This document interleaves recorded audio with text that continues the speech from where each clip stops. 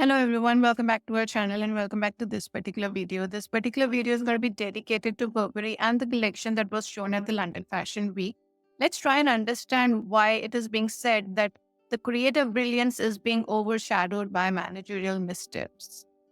Daniel Lee's recent showcase for Burberry at the London Fashion Week was a stunning display of creativity featuring superb outerwear and a vibrant color palette that took back to his days at Bottega Veneta.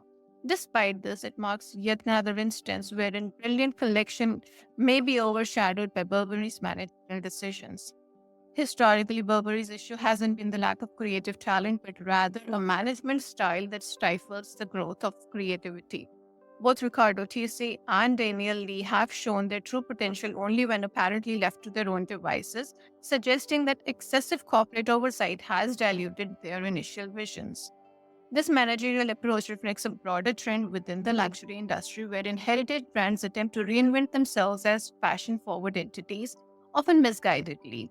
Burberry's attempt to transform into a pure fashion brand has led to confusing collections that lack distinctiveness of its iconic trench coats and checks.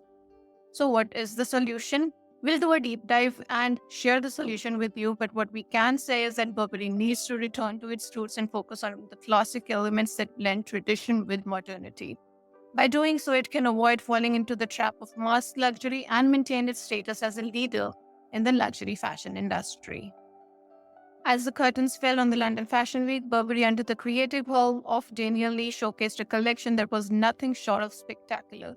Lee's latest work for the iconic British brand was a masterclass in outerwear marked by rich colors and distinctive edginess, reminiscent of his river tenure at Bottega Veneta. The collection, possibly one of his last for Burberry, ironically highlights the recurring theme: immense creative potential being stifled by managerial oversight. This pattern isn't really new. Recall Riccardo Tisci's stint at Burberry, wherein his initial collections diverged sharply from his celebrated aesthetic at Givenchy. The industry buzz surrounding his appointment quickly fizzled out, replaced by the confusion over his mismatched designs that seemed heavily influenced by merchandising rather than pure creative expression. It wasn't until his final shows that TC returned to form, suggesting a late stage managerial step back. Similarly, the recent Burberry show felt like a breath of fresh Daniel Lee air after a series of unremarkable presentations.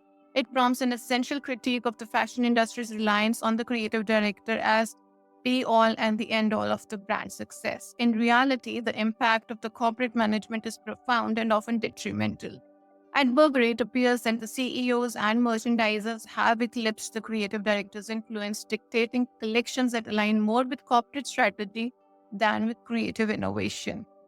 This managerial approach has broader implications across the luxury sector because we have seen that in the last decade, as fashion has ascended to the pinnacle of the cultural cool, many heritage brands mistakenly have pivoted to becoming pure fashion players. Esteemed houses like Zegna, Ferragamo, Bali have invested heavily in this transition, often at the cost of their core identity.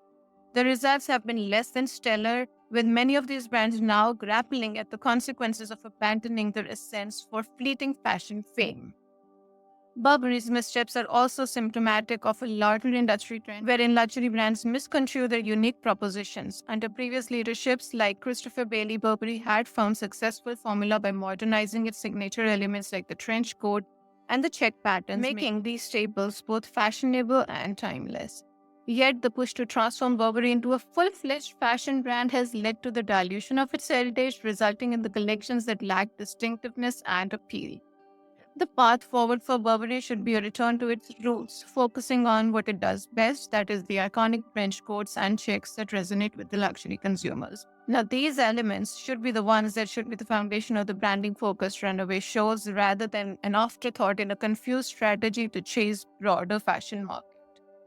As it stands, Burberry risks retreating into the safer realms of mass luxury, much like Coach, and this potential shift would be a disservice to the brand, which is capable of setting standards rather than following the fashion trends. Burberry has the potential to excel if it can align its managerial strategies with the creative brilliance it so clearly possesses.